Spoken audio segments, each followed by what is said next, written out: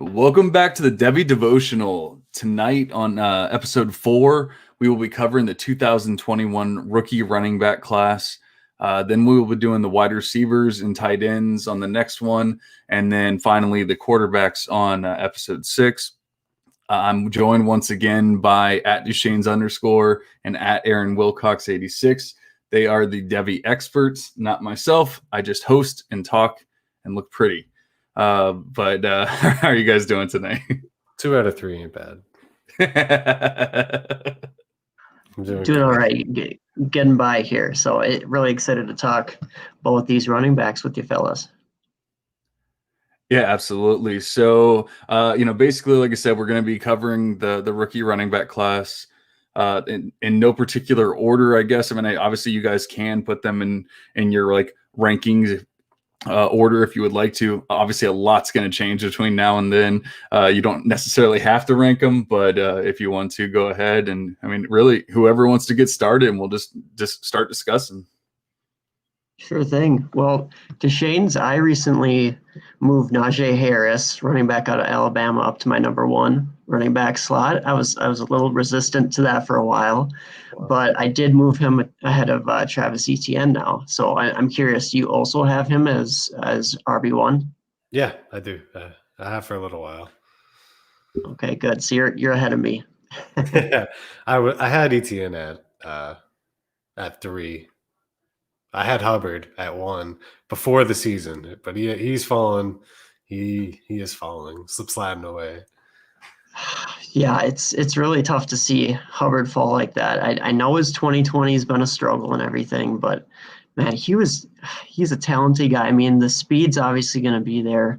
Right now in the running back class, he's actually kind of in that 2nd/3rd tier for me. Mm-hmm. I have him as my RB5 in this class, but he's a good guy to start off with because, like you said, he was very hyped up coming into the season. And I mean, last year he did work. He rushed for over 2,000 yards, 21 rushing touchdowns. Like, it's huge. And I know his level of competition wasn't always the best, but he flashed some really game-breaking abilities. His speed is really special. You know, he's a track guy. Mm-hmm. And there was a lot of talk about him as a day 2 pick. I'm not sure if some teams are going to bump him down their boards, but I just wonder if Chuba Hubbard is going to be a day 2 guy and get that draft capital. He's got that speed, like I mentioned. I'm curious whether you still consider him with the potential to get day 2 draft capital. He's a guy that is going to really rely on the draft capital, and if he doesn't get decent draft capital, he's going to fall even more down people's boards. And that's still a guy that I'm going to take with the drop on the boards, like, because originally I was going to take him at 104 before the season, like if we had to do before a pre-season draft. So like I'll be taking him with an early 2nd, mid-2nd, but he can still get his way back in if NFL teams see something they like. And I could see him being a late 1st rounder. It's just so tough. There's just so many, especially in Superflex, which is what we're talking about. So like Chuba Hubbard, he had 100 yards in every game last year. I think he led the league, the country in rushing. The only game he didn't have 100 yards in, he was pulled at halftime because they were killing him so bad. He has the receiving work. He does have the speed, and he does have some power. He's a little undersized.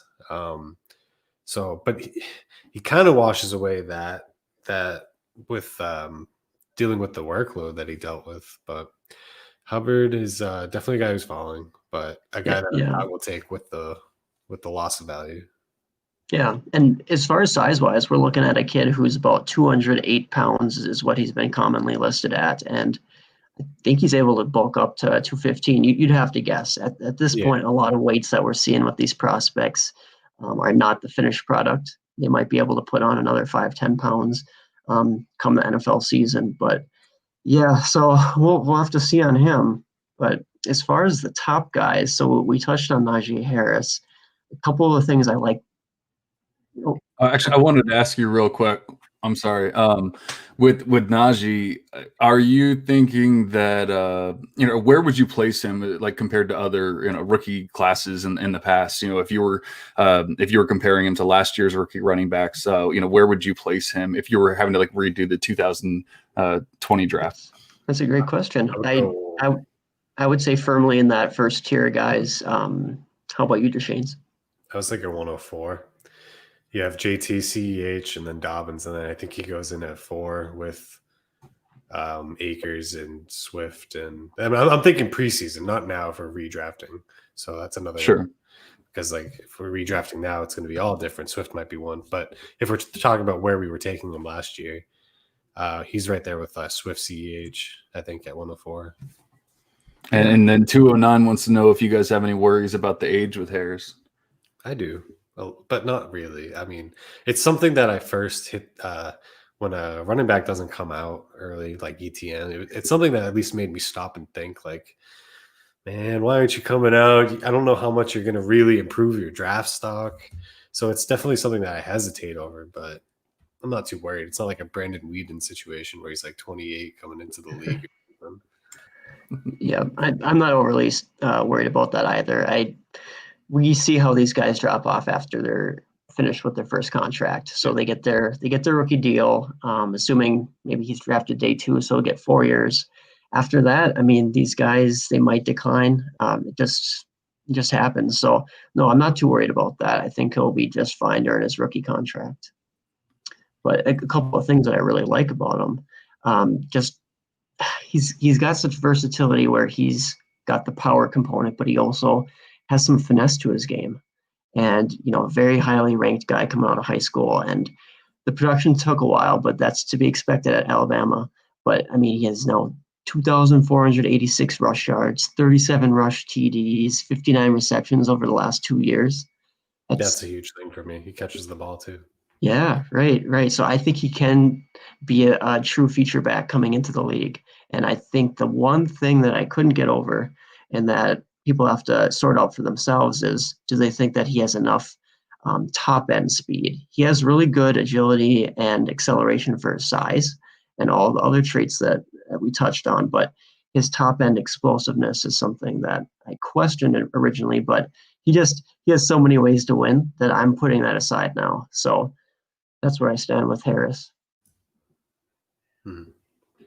Yeah, that's great. I mean, obviously we'll find out all that with the combine and everything else. I know top end speed doesn't always matter. I mean, look at what David Montgomery is doing right now. He definitely doesn't have top end speed. In fact, didn't he get caught on like a 80-yard or almost touchdown or something recently? Did he? Oh, he actually got the touchdown, but yeah, like he almost got caught.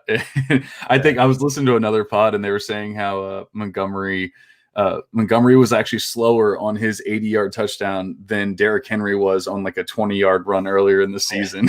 It's so crazy, but yeah, just the top end speed doesn't always matter, but I think burst does, and we'll find that out with the combine, and hopefully he'll be a part of that. But like you said, he has the stats to to put it behind him, or to put behind him with those 3,700 yards or whatever he has, so it's pretty nice. He might not give you 80-yard touchdowns, but he'll give you 20, 30 yarders quite a bit, at least. And NFL coaches love that. Right. But speaking of burst, this Travis Etienne guy's got plenty of that. He does. He does. Yes, I've heard of him once or twice. Right. I mean, I think I made this comparison, I don't know, it was a few months ago. And I said, if y'all are freaking out about JT, as a prospect coming into the season, you guys are going to love ETN. Because, I mean, as far as production, as far as his athletic testing that I anticipate is going to be very, very good and promising, he's going to check a lot of boxes in that way. So, like we said, he has elite athleticism. But he also has a little bit of this contact balance. I shouldn't even say a little bit. He's pretty darn good as far as his balance as a runner, his ability to stay up through contact, through arm tackles. He's not a powerful guy. He's known as a speed guy, but he has enough size to him and enough contact balance where I'm not worried about him, just being a limited snaps player. essentially. Mm. So I don't know if that's a concern that you have, Deshane's, as far as him becoming able to see the easy comp is Kamara-like workload, right? Not 100% of the snaps by any means, but still getting the chunk of the carries and doing a lot with them. So what's Kamara's height and weight? Do you know, or roughly? Kamara, I believe, is 6'1", 215. 6'1", 215. He's that big? I believe so. Because I was thinking comp wise, Dalvin Cook actually, and they list the same height and roughly. I'm sorry, not 6'1", 5'10", 215. Not yeah, 6'1". okay. I was like, Jesus Christ. Yeah. Yeah. So yeah, he's that type of guy. He's a home run hitter, but he can run the ball. He's got a little power. He's definitely the flashiest of the prospects, I think, and he's been the guy the longest. He's been the running back of this class. It was arguably the running back last year, and then he came back. So right. it's hard to go wrong with ETN. Like you're going to be getting him at 104, 105, like 106 maybe. Like that's. Well, it depends how running back thirsty these drafters are this year, because we know there's a lot of demand at the position, but in a super flex draft, you can't fault somebody with going. It's just the talent everywhere. You can see a draft that starts with 3 quarterbacks and then Pitts, and you get Chase at 5. Like there's going to be such a variance of drafting, I think, this year, because I think people do draft to need instead of best player a lot of the time, and I do think there's a chance that you're getting Chase at 5, you're getting ETN at like 6, and that's just insane. Yeah, a great value this year, that's for sure. He obviously has the receiving ability. He has 44 receptions this year alone. But I was looking at his numbers, and you see a substantial drop in the numbers from even last year to this year, and his sophomore season as well. And as somebody that doesn't really watch the games, is there a reason for it that's outside of his control, or is it something that's going on with him? Is this ETN that you're talking? Yes, I'm sorry. Just because of the altered season, I believe. I think that's responsible for those lack of numbers. But also something to keep in mind with his statistical output, if you are referencing that, he really didn't play the fourth quarter at all last year. Like Clemson was blowing out teams, and he was essentially putting up all those statistics while playing just the first 3 quarters most of the time. So that's kind of an impressive thing. Yeah. But that's why I'm wondering, because if you look, the attempts are down a little bit, but it's also because the season's not over yet. But he had 158 attempts this year, 207 attempts last year. But last year he had 1,614 yards. This year he has 882. That's a substantial drop there. 7.8 yards per carry compared to 5.6. Now the receptions are actually up from last year, so maybe it's just that they were using them in the receiving game a little bit more. That's what I'm saying. There's probably a reason for it, but you see a pretty big difference. They're passing a lot more. I don't know if that's the case. I didn't actually look up numbers of their passing attempts, but there's not like somebody eating into his workload on the team. Lawrence did miss a couple games, but they aired it out a lot in those, especially the Notre Dame game. Travis Etienne got held to like under 30 yards rushing in that Notre Dame game. I'm not exactly sure what it is but that's affecting his rushing output, but he's getting the work.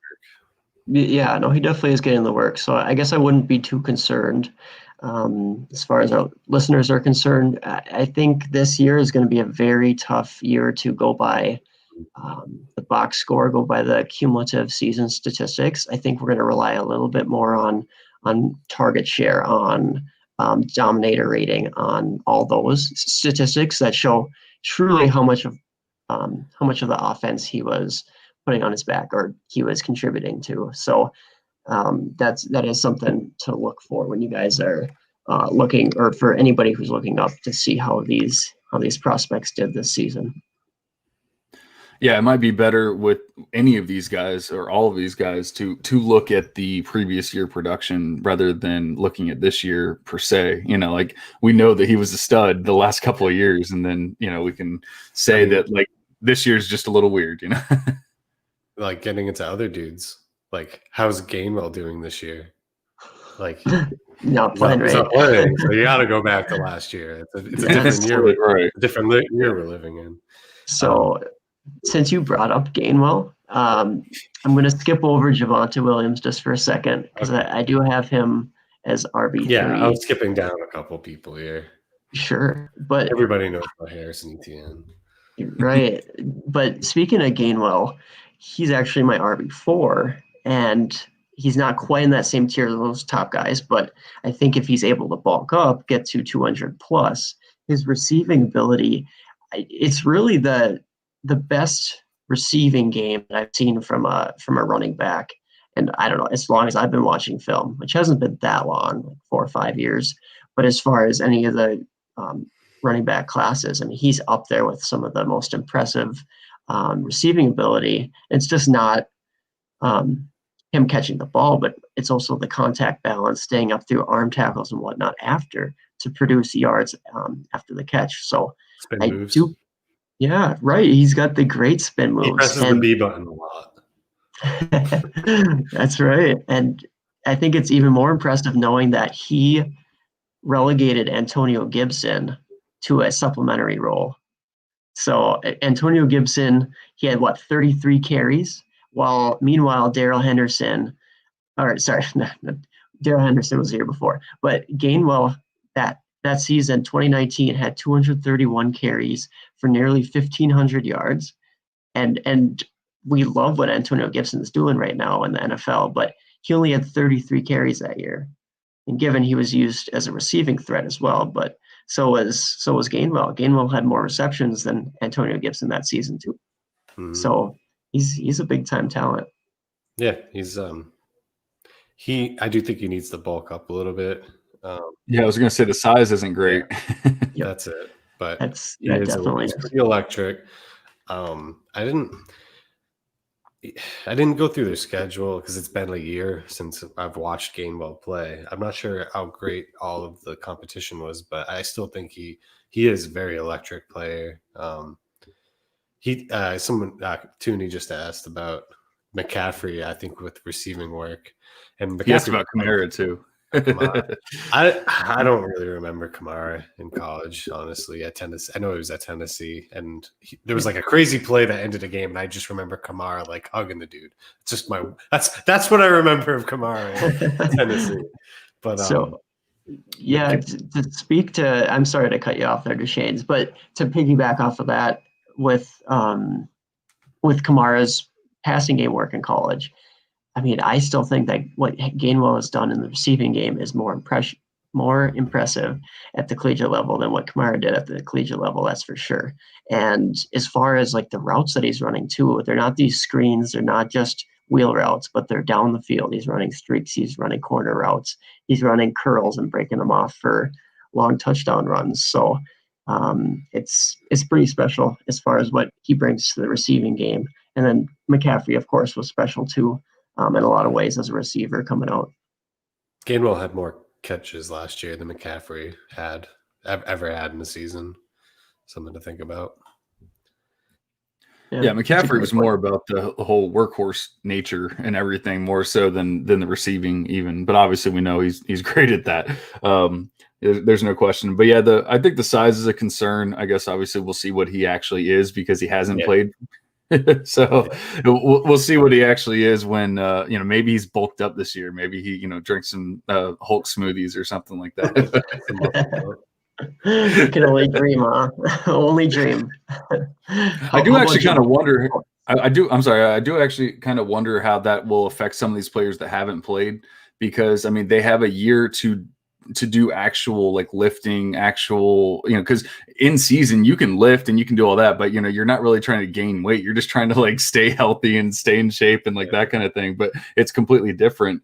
And so I do kind of wonder if they can transform their bodies like a year early rather than getting into the NFL and then trying to do it. Yeah, no, that's a great question. And I know there was a study that was done by some of the crew over at Devy Watch, I believe, and they essentially looked at seeing how much these running back prospects can bulk up, essentially from when they come in as a freshman to when they go to the NFL. And I can't remember the exact range because it was a range, but they're able to put on 15 pounds and still, keep a lot of the athleticism that they have. So I believe Gainwell came in around 185. I'm just trying to go off memory with that. But as far as 15 from that, I mean, that would put him into a range that we're definitely interested in. And he Yep. might meet that threshold as far as backs that we can consider to be have RB1 potential. Yeah, it might not be ideal size, but if he can get up to that 205 range or whatever, it's doable, especially if he goes up and just destroys the combine and, just really gets drafted somewhere nice, then that could definitely work out pretty well. So who do you guys have after Gainwell? Or I guess you skipped a couple, but maybe you don't have to talk about them. But Yeah, well, we can talk briefly on Javonte Williams. I know, check out I think it was our last episode that we did touch on him and the rise that he has had at North Carolina this year. But man, he has been really impressive. And that's while splitting the backfield with an also impressive running back in Michael Carter. But Javonte Williams he has more size. He has that workhorse frame, but he also has receiving ability. He has enough athleticism. He's not super fast, but he has enough burst where I think he'd make it as a 3-down back in the NFL. And his vision, his instincts are solid.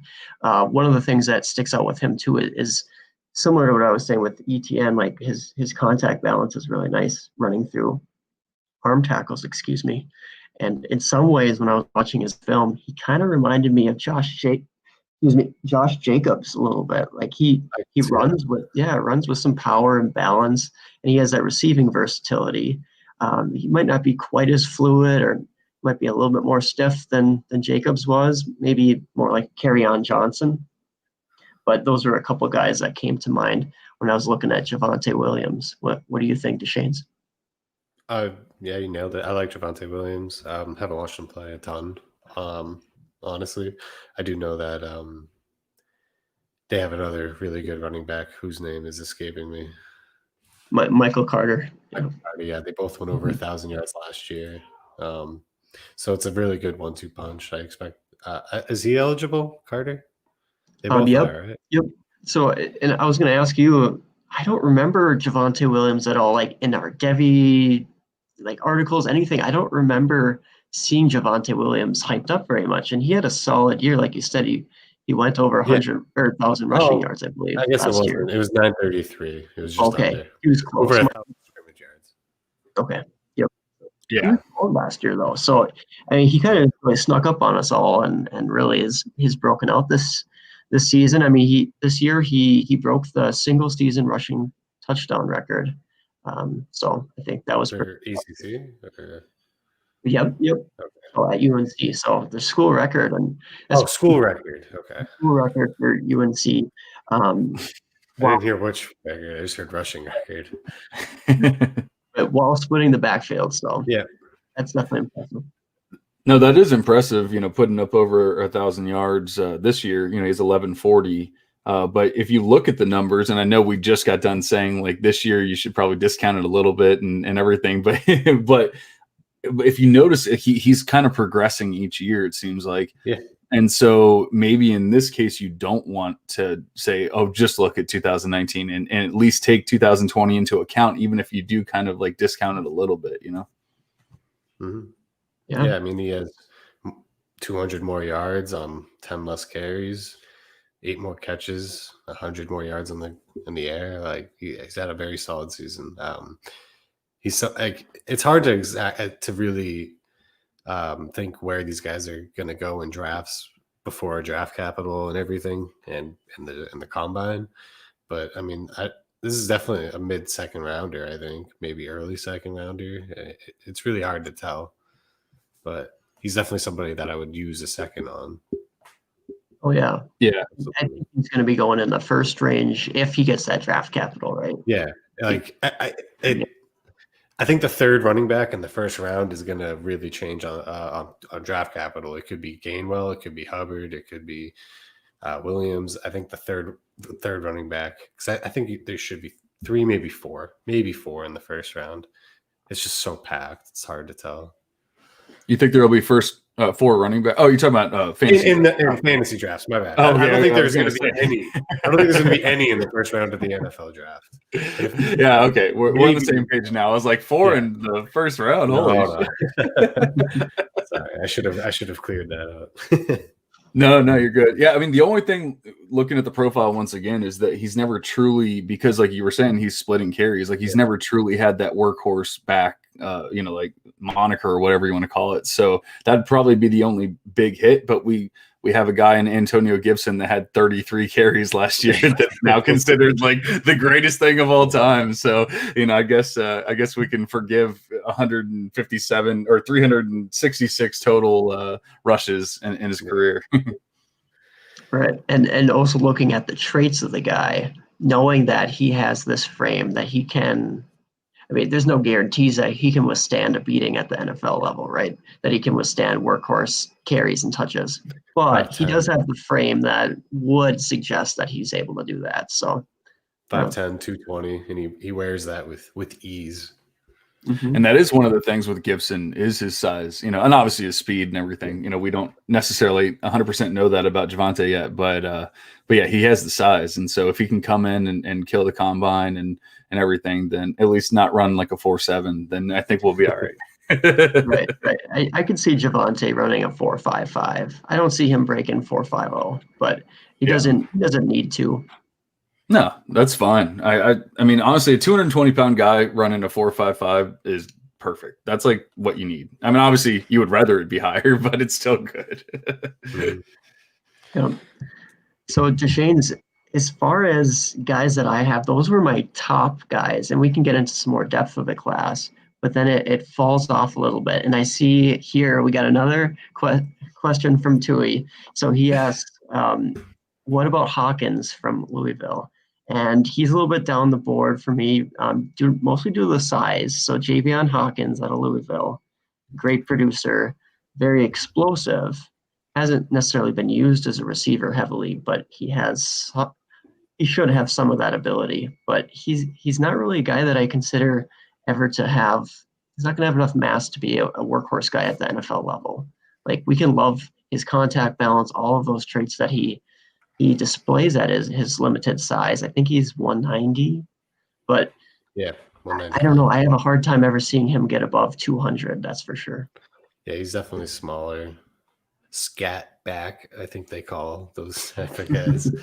I think without the receiving though. Yeah. But yeah, he's a flyer guy. He'll be a third flyer, maybe even a 4th round flyer. Like, and you just hope it hits. There's worse players that take a chance on. Yeah, and I mean, definitely get some 2021 thirds. I mean, you're going to be taking a shot on some talented wide receiver depth in this class, some running backs. I mean, quarterback depth is crazy, so it's going to push down everything. That Tyreek Hill deal was held up on a third. I had to get a third back. I still can't believe that deal. And then it was so hilarious when it was Tyreek and a third. It was like, come on. I had to have the third. And actually, I should have brought this up earlier, but we'll take a little break here from the analysis and everything, and we'll discuss the fact that Aaron and Duchesne's are going up against each other in the championship game of our happy hour league. And so, first of all, congratulations to both of you for making the ship. I did not, and I was close. I almost got there, but I just missed. But more importantly, the Tyreek deal that Duchesne's did. What was the final? It was not cheap. But not cheap. You got a third back though, so that's I got my third, and I'm going to tell you why I got my third right after this break. No, I gave up Hurts. But this was a couple last week. Oh, we got the man who made the trade right here in the chat. Give me the third. I'll give you Bell. I'd give you a third for Bell like 3 years ago. It was Hurts, Damian Harris, a first this year, a first next year, and a second this year for Tyreek in the third. It was not cheap. No, I mean, it basically boils down to, at the very least, like 3 firsts and Damian Harris, like whatever that is. What's that, like a fifth or something? For even though you were trying to peddle him off as like a first round pick, but no, but yeah, that was a big boy deal, and now he's got Tyreek the Freak for the championship up against Aaron. But Aaron's made some moves himself, and he could still always come after some other players. There's still players available there, Aaron. Well, we'll see. I did make a deal a couple weeks ago to acquire, was it Antonio Gibson and Justin Jefferson and a few young guys. So we'll see. I know it hurts knowing that Gibson's probably not going to be at full health this week. He might play, might not, but he can take a week off. He can take a week off. We like don't that. need him. And we got Crescent back in it. There's this guy named Devontae Adams who might help. That is true. He's but okay. I mean, yeah, but Omega knows. I guess the whole league knows at this point that Adams is not going to be cheap. But this is a Devy show. But I just wanted to mention we got the 2 guys in the championship, so we might as well bring them up. All right, so we were talking about. Who were we talking about? Hawkins. So we were talking about Hawkins, but he's going to be lesser owned. But like you said, if you have those 3rd round picks, like I have no idea who Hawkins is, no idea. But looking at his profile, just assuming where he's going to go in the NFL and all that kind of stuff, he feels like somebody you would throw a 3rd or a 4th round pick at. I could be completely wrong, and but it's my show, so no. No, I think you're very right there. And as far as couple more depth guys, I can start throwing out a few names like Kylan Hill, a guy who we didn't see this season. He ended up opting out. But Kylan Hill out of Mississippi State, and this guy he's bulked up like a muscular running back. He's gonna try to run through you. He runs hard, but I mean, he's not just a grinding power back. He has some wiggle. He has some burst and whatnot. And I have a hard time slotting him in any higher than this huge tier of guys that could go anywhere from like late 2nd round to 4th round for rookie drafts, just because there's not much to separate some of them. But I do look at stereotypical size. So Kylan Hill's going to weigh in 215, 220, and I do believe that he contributes enough in the passing game that we could definitely consider him, especially if he got late day 2 draft capital. Do you like him at all, Deshanes? Yeah, I really like Kylan Hill, actually. I think he's a guy that's going to fall. Not a lot of people are going to be too high on him. He'll probably be a 3rd round guy. He really missed out not playing this year because they brought in Mike Leach, which would have really shown him off in the passing game, I think. That would have been so nice.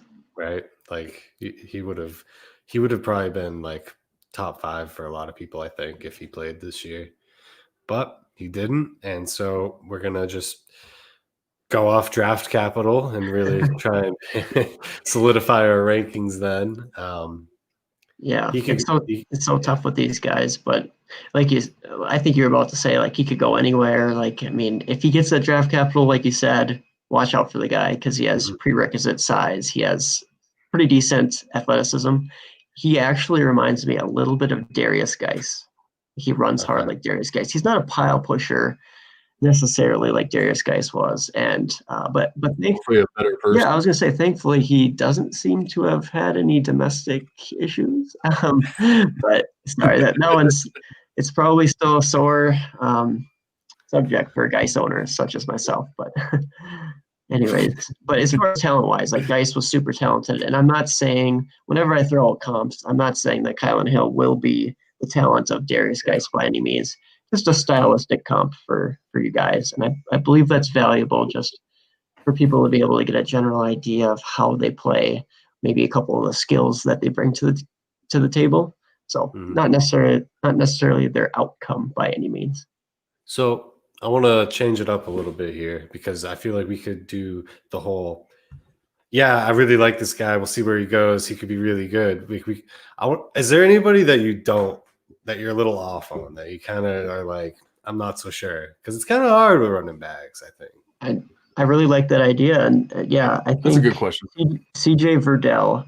I know that's the guy that you kind of liked, and yeah, he's in this large tier though. He could definitely move up. He is the reason Wait for it. Draft capital, right? But he's the reason why I needed the 3rd round pick back with Tyreek, is I want to go after CJ Verdell. But I'm an admitted Oregon Duck fan. But I love that that's your guy. All right, what about him? He has the prerequisite size that you're looking for, so that's big. He's actually very similar to Kylan Hill, so I don't even know what the big separation is. That's why I have a big tier there. But yeah, it's huge. It's a huge tier. I think he's a little bit more limited as far as elusiveness. I never got truly wowed from him as far as like an athleticism. Like he has good burst. I like his burst, and I think he'll run hard.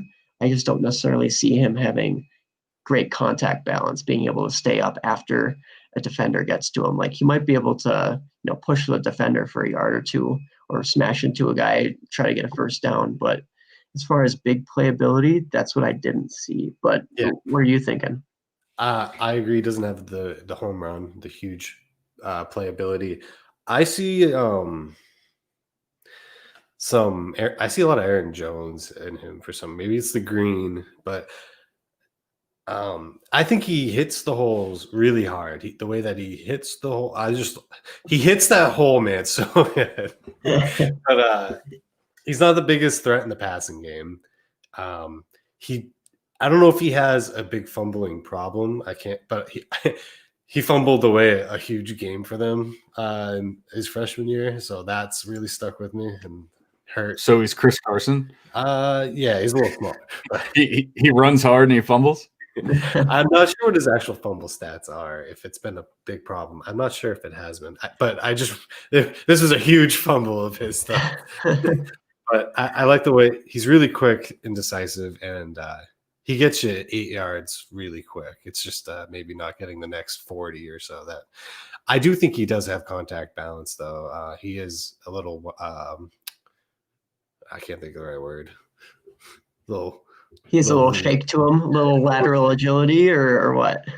I didn't see a ton of lateral. I got to watch him a little bit more then, just to see if I can notice and pick up on that. But I know he didn't play much in 2020, so he's kind of been a little bit of a faller, just not great statistical output. But he did look good. I watched one of his games early season, and he did look a little bit better this year, actually. He was the guy's first year. Creston's not appreciating the Carson hate. He's been hurt. I was gonna say, one fumble this year in 6 healthy games. So I don't have a comp for Verdell, but I'm not gonna comp him to Carson just because Carson he's so great, like bouncing off of tacklers and standing up and everything. To watch Chris Carson. He's fun. But speaking of a couple more guys who I think are grinders that I'm a little bit lower on, like you asked Deshane's, would be Zamir White and Master Teague. So Zamir White out of Georgia and Master Teague out of Ohio State. And I hate to lump them together because individually they do some things well, and I think that they could be really good early down backs.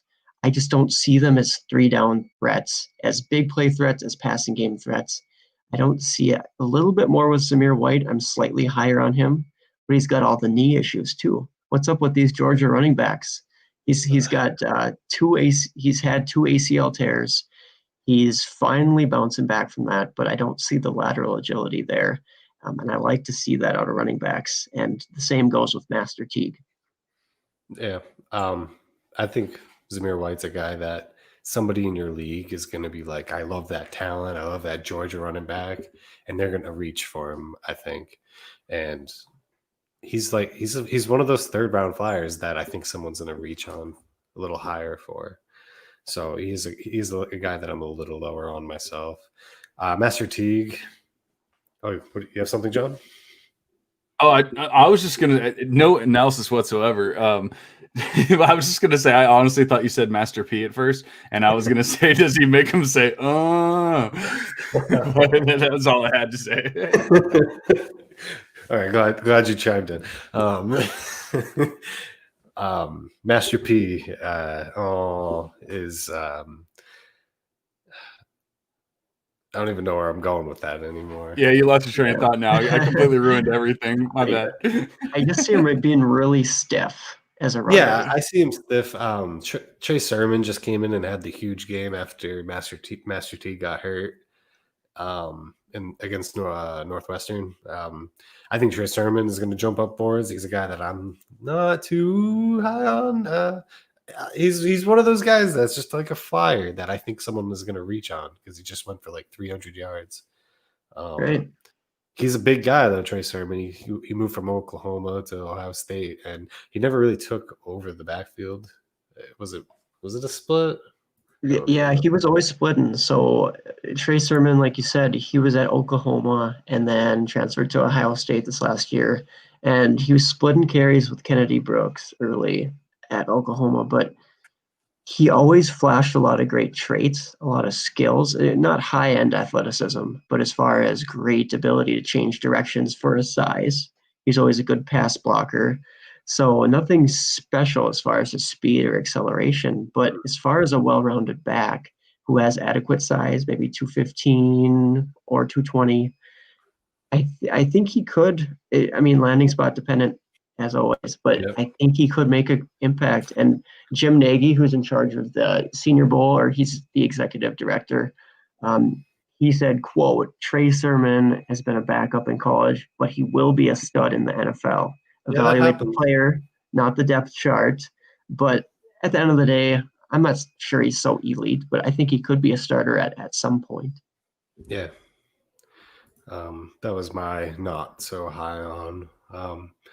We went over the top guys, Etienne and Harris, and then some of the next tier of Gainwell, Hubbard, and Javonte Williams.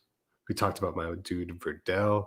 So there's another guy that I don't know I don't know what the consensus is on my man, the legitimate scat back Max Borgi. I like Max Borgi. I don't know exactly what he's going to be in the NFL, what type of draft capital he's going to be. I just think he's going to be a dude who is playing on Sundays and getting you points. I don't know how the hell he does it. If he's a back, if he's a slot, if he's both, but it might take a year. So, but he's definitely a guy I'm trying to get in the third round. I don't know where everyone else is going to try and take him though.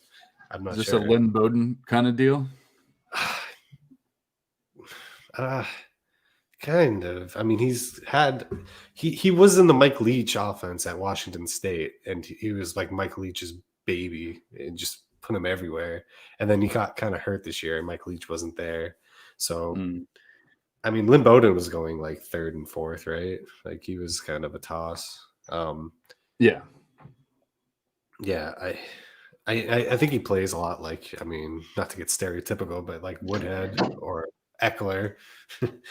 Like he's that type of guy. And I just think that ties right into 209 had another question. And, is there a back that gets you or they get second, third round capital that you would avoid? So as I'm thinking about that question, 2022 guy. Oh yeah, shit. but Max Borgi, to chime in, the guy out of Washington State, like he's got enough size to him, and he's got decent change of direction and explosiveness and quickness. He's not Christian McCaffrey out there. Let's make that clear. I told the guys at the Dynasty Rewind that he's definitely not, but he does have like this really good pass catching skill set. And like you said, like out wide pass catcher. Yeah, he's very functional out there, and Eckler was an interesting comp. I don't know if Borgi's ever going to quite end up at that level, but we never expected Eckler to either. So just a small guy who kind of he breaks the pursuit angles. You think you have him, and he gets around a corner, or it's harder to bring down. He doesn't look like he's a special runner, but obviously, like he can catch the ball. He can definitely catch the ball. And the funny thing is, he's very similar to Eckler's size and everything. So, Yeah.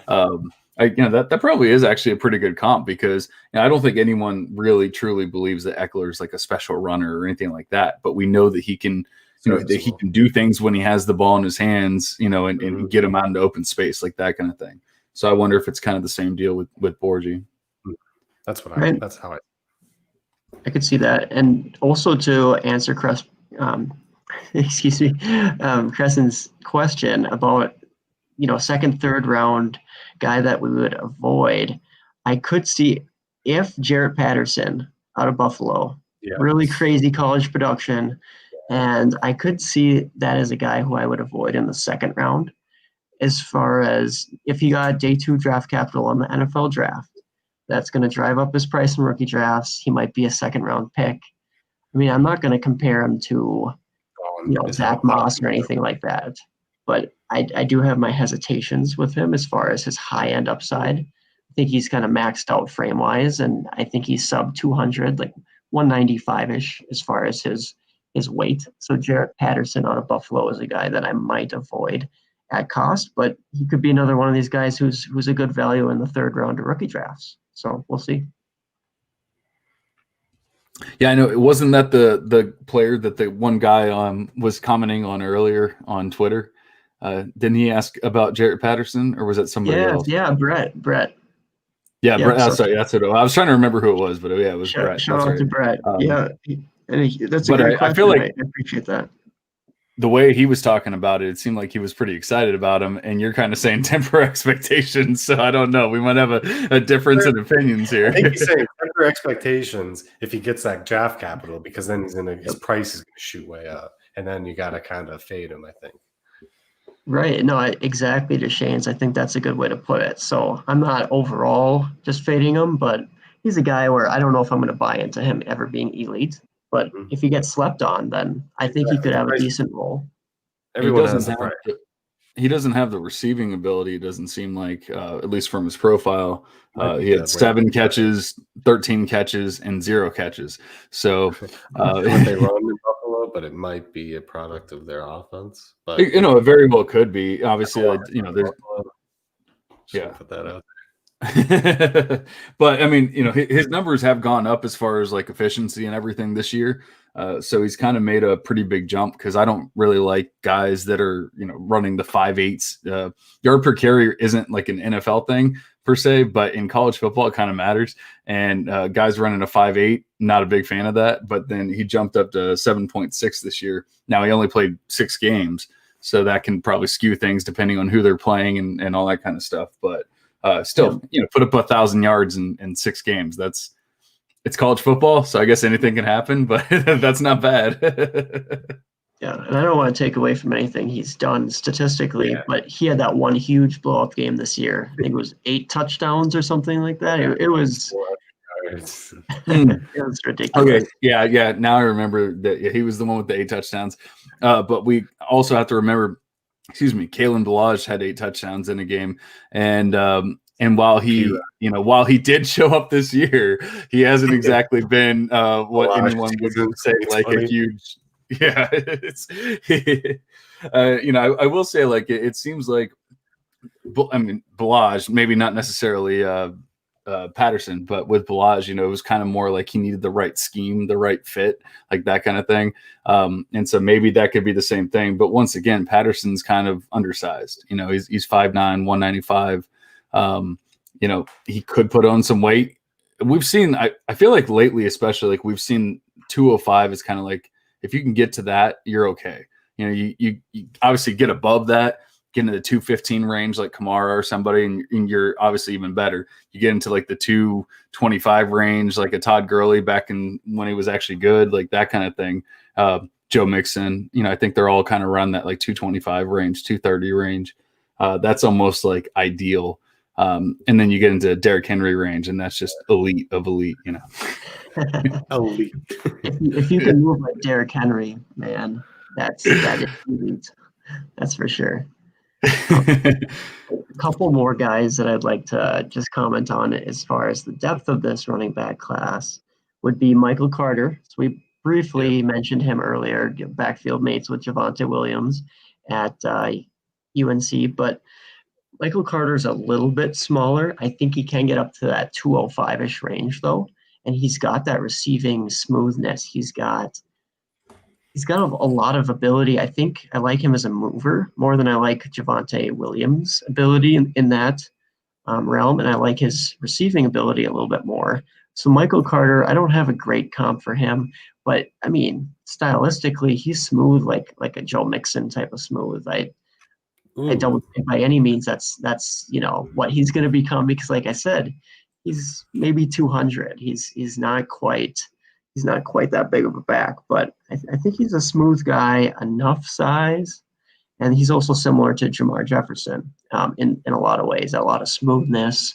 I like his running style. So Jamar Jefferson, That's what I was just about to get to. There you go, good taste. Or Oregon State guy. What do you like about him? I don't. He just ran all over my ducks. So yeah, he's got the size. He has got the home run hit. Like he can take anyone to the house. He's not much of a receiving threat, but he's bigger than I thought he was when he was running all over us. I didn't think he was 215, almost 220. Yeah, he's got that size, and like you said, with his receiving, maybe not statistically, he hasn't put up a ton, but he's pretty capable in the underneath game. Like he's capable. Right. And I do like his elusiveness in a finesse type of way, but he's not powerful for his size, so that does concern me a little bit. But I was almost reminded of stylistically Lamar Miller as a runner, kind of like that. Maybe not, prime Lamar Miller, but in some ways, I kind of not flashy. But Lamar Miller had home runs too. He was like a 95-yarder or something, I think. Right. And this is if you don't watch much college, Oregon always had a bad rep of being bad defense. It's not the case like anymore. They're a top defensive team, and he took them to the shed. So Jamar was very productive as a freshman too. He came into college and he just started producing, and it was the best year as a freshman. Yeah, right. A little bit of a down year last year, and so far on a per game basis, he's been good in 2022. So, yeah. I was gonna say with Jefferson, I was looking at his profile here, and he hit 25 receptions his freshman year, and so that shows he has the receiving ability. Now he didn't do it in his sophomore year, and then this year he has 9 receptions, but he's only played 6 games. So you can't, you kind of double that. He's kind of around that 20 range, which is kind of like the minimum of the threshold you want to look at when looking for can a guy catch a ball. But he caught 25 for 147 and 0 touchdowns, but but still he caught 25 balls in his freshman year, so that's kind of like he can do it, that kind of thing. But yeah, the other thing I wanted to say was with when you say Lamar Miller, I think people might think of it as a bad thing right now. So I thought so too at first, but I'm like, it's not a bad thing. Yeah, it hasn't worked out, but when you think about who Lamar Miller was when he was coming out and who people expected him to be, especially when he went to Houston, and and people were like, oh my God, he's going to be the next big thing. And it didn't work out, but we've also seen the dumpster fire that Houston is. So was it all Lamar Miller's fault? Like, obviously he's gotten hurt and stuff, but I just wanted it to be thrown out there that like when you're saying Lamar Miller, you're not saying it as a bad thing necessarily. Yeah. Right. And it's kind of stylistically too. Like I do want to make that very clear with comps, and some people in the fantasy industry really dislike comps. And I mean, I can understand why people take them the wrong way. There's not context provided that it's stylistic. Yeah. So I personally like it, but It really does work though, because Lamar Miller, he might not have ever been the best running back in the world or anything like that, but he was that home run hitter, and that was his big thing in Miami, was that he got those home runs, and then that's why people were so high on him going to Houston, like, oh my God, he's gonna set the world on fire, and it just never really came to fruition. But that didn't change the fact that he was that home run hitter and he could do it, you know. Right. And then stylistically, he was more of a finesse guy. We don't think of Lamar Miller as a power back at all. And Jamar No. Jefferson's that same way. So that's a little bit of that context behind that comp. Yeah. So Deshanes, do you have any more guys that you're interested in? Yeah. I want to know what you think about Puka Williams out of Kansas. Ooh. He didn't make my top 20 actually, but he's really close. He was honorable mention for me. He's probably like 21, 22. And I have some issues with like his vision, with some of his decision making, but athletically, he could really impress. And I know, yeah, go ahead. He's got awful size. So he's a fast guy. He does not have the size. He's 170. I mean, maybe he's gained a little weight since this, but I like him. As close to 200 now. I'm hoping. He's a guy that I want to do good, and I will try, but I'm not going to take him until the 4th probably. Maybe, I mean, it depends. We should start doing mocks. Some mock drafts and start seeing like where these kind of. So you can stop doing your basketball drafts. Yeah, I did one draft, and now I'm a huge fantasy basketball guy. I think the league already dissolved, actually. I wouldn't doubt it. I could see Puka Williams coming in. So Puka Williams out of Kansas, didn't play this year, everything. I could see him coming out and being like Miami running back Salvon Ahmed this year. I don't think he'll never be a lead guy. I don't think ever, but he could be a guy that could give you like possibly like I think at a ceiling will give you like a JD McKissic role this year, where like he's kind of a second guy, and then the 1A gets hurt and he has like a big week once or twice, but he's not a guy that I would like to rely on being like my RB2 or anything. But no, he's a deep sleeper for all those listeners. That's out kind there. of what this was for, is to get into the deeper guys. And another guy who is a riser right now, I've heard his name more and more, who Puka Williams actually beat out for the lead role for a few years at Kansas. And this fella, he transferred to Virginia Tech. His name is Khalil Herbert. And I just watched this film and I came away really, really impressed, actually. So he's kind of this smooth, elusive guy. And I don't know. I didn't have high expectations going into his film, because production-wise, his career's he's been blocked from production. So if you're going statistically, he's not going to be a good prospect in your eyes. But as far as his ability on tape, he's a really smooth mover. I mean, he's got these great swiveling hips. He could run around guys. Like, his agility, his smoothness is, I mean, I like it a lot. So he might be taking a path of like late round, undrafted. But he can make an impact. So if people are out there, they want the next Myles Gaskin, they want James Robinson, keep an eye on these late guys. It doesn't have to be Khalil Herbert. He might go to a situation where there's absolutely no opportunity, but he's a guy I'm keeping an eye on, and I don't know his size offhand, but I think he's big enough. So I like his traits. I don't think the size is really a concern with him, but him being a fifth-year senior, I wonder about the age. And I mean, I know you're talking about undrafted free agent, talking about getting him like a James Robinson or Myles Gaskin, like somebody really late. So obviously at that point, you're not overly concerned about age, because you're not dumping like first-round capital into him or anything like that. But I guess that would be my only concern. But I mean, he definitely has put up a good year with Virginia Tech for sure. I mean, just looking at it, once again, not really with the receiving department, whether that's scheme or whether that's him, but definitely with the rushing. It seems like he can run the ball at the very least.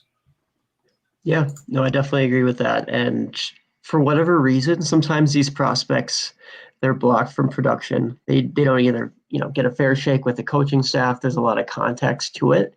I don't know if that's the case with him or if he just wasn't as good as guys like Puka Williams or whoever was blocking him. But when they go to a new place or go to a new school and they put up those numbers, just something to take note of as a late flyer. And then Kennedy Brooks is one more guy I wanted to bring up. Just the forgotten man from Oklahoma here, the guy who was outproducing Trey Sermon, the guy who has enough size, 210. He has enough athleticism. I don't think he's going to run, 4.40 or anything like that, but he might break 4.5. And I just like a lot of what he has to offer. And again, as a comp, and don't think of this as current day Tevin Coleman. Think of this stylistically as maybe early career Tevin Coleman. And I mean, that's kind of what I'm seeing with Kennedy Brooks out of Oklahoma. I loved Coleman. Tevin Coleman, he was fun. He was fun coming out. Yeah. And I think he had more big play ability than Kennedy Brooks does. But as far as a style of players, that's something I saw a little bit. Mm-hmm.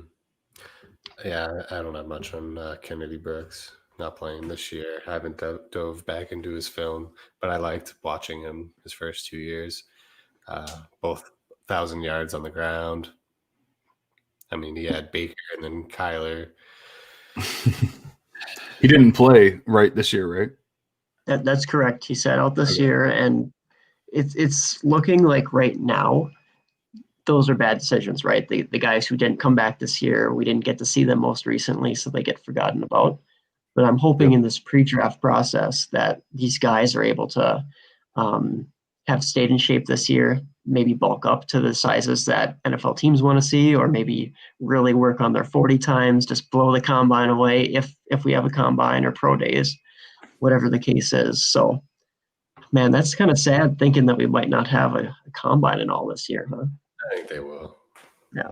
I mean, I hope to God they have the vaccines going out and everything. So I'm really hoping that they will. I also know how everything works with that kind of stuff. And so we might be thinking like it's going to be in the next couple months, and it's actually in the next couple of years. And so God only knows, but we're sitting about an hour, so it's pretty good time, but I wanted to, obviously you guys have brought up names I've never even heard of. So maybe you've already discussed some of the players that are like your complete dart throws and everything. But I mean, is there anyone else that you haven't discussed that is just at this point like a complete dart throw? Obviously, the draft and if they actually make a team and everything is going to determine what actually happens. But were there any other names?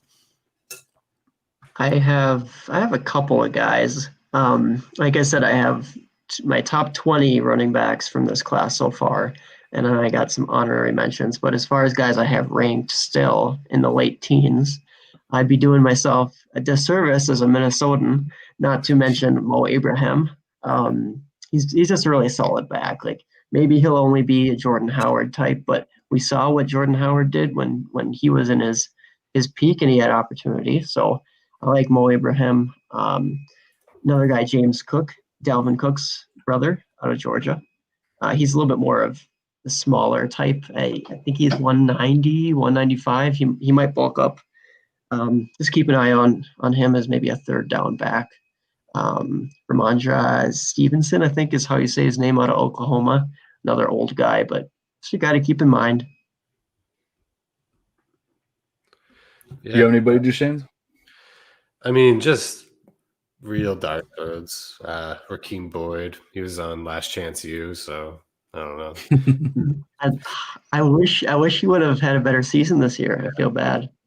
I mean, I think he is pretty good, but like that's deep leagues, fifth rounds, like maybe he's drafted. Brian Robinson out of Alabama. Yeah. I mean, I think he's kind of a grinder, to be honest. Like a Bo Scarborough type.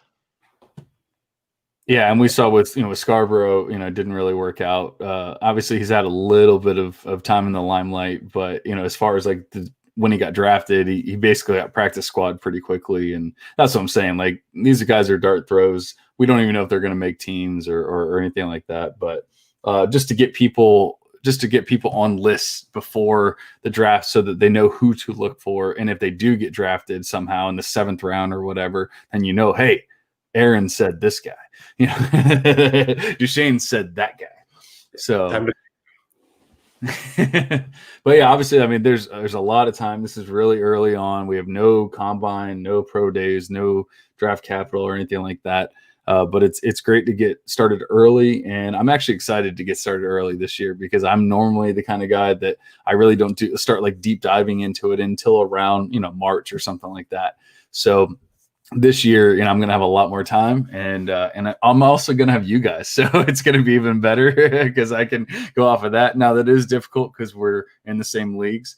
We're in, especially Aaron and I, we're in a couple leagues together, and we're talking about adding a couple more leagues. So yeah, that might be difficult, but at the same time, that's what we're here for, to tell you guys, who to look for, who to at least think about, and who's standing out to us. But we're going to come back. We're going to talk about the wide receivers and tight ends. Are you guys okay with lumping them together? Because I know that people are kind of freaking out about the tight end class, but I still kind of felt like we could lump them together, wide receivers and tight ends.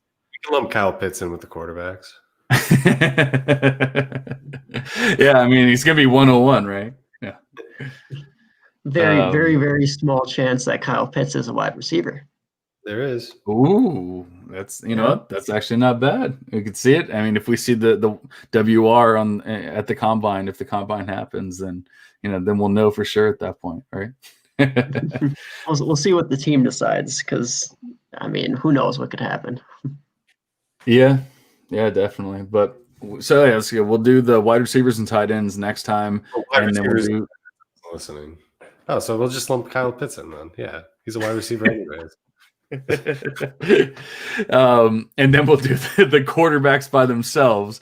We might just talk about Kyle Pitts again, just to be safe, just to make sure everyone heard it. But no, yeah. So we'll do that, and that way we'll have covered all of the relevant pieces at least at this point. And then obviously there's always going to be the surprises from the Senior Bowl. There's always going to be the surprises from the Shrine Bowl. Actually, I mean, it kind of blows my mind. I never thought of like the Shrine Bowl. I mean, if you said, "Oh, somebody made it to the Shrine Bowl," they're like, "Man, like that's a thing." And then all of a sudden now, like they're getting kicked up the Senior Bowl. I don't know if it's becoming more prevalent or if I'm paying more attention to it, but all of a sudden it's like a real thing. Yeah, unfortunately, the East-West Shrine game is canceled this season, I heard. Oh, but no. the Senior Bowl is still going on as normal, I believe. So, see, that shows how much I know. 2020 sucks. Yeah, 2020 sucks. But that's also why I have these guys, because I'm sitting here, running my mouth, and they're like, "Well, you're wrong," but it's okay. I'll keep an eye out for those seniors at the Senior Bowl. We'll see guys, flash there every year, and I got to take note of it. Definitely. Well, unless you guys have anybody else, then we'll, then we'll be back next month. Putting this out monthly. I don't know, maybe during the off season, if Aaron has a little more time, if Duchesne has a little more time. I almost kind of always make time. I'm always trying to pod, so maybe we'll get to like a every 2-week schedule or something like that. But we'll have to wait and see. At the very least, we'll do monthly. But we'll be back to talk about the wide receivers. And yeah, appreciate you guys. Love the info. And until then, we're cashing out.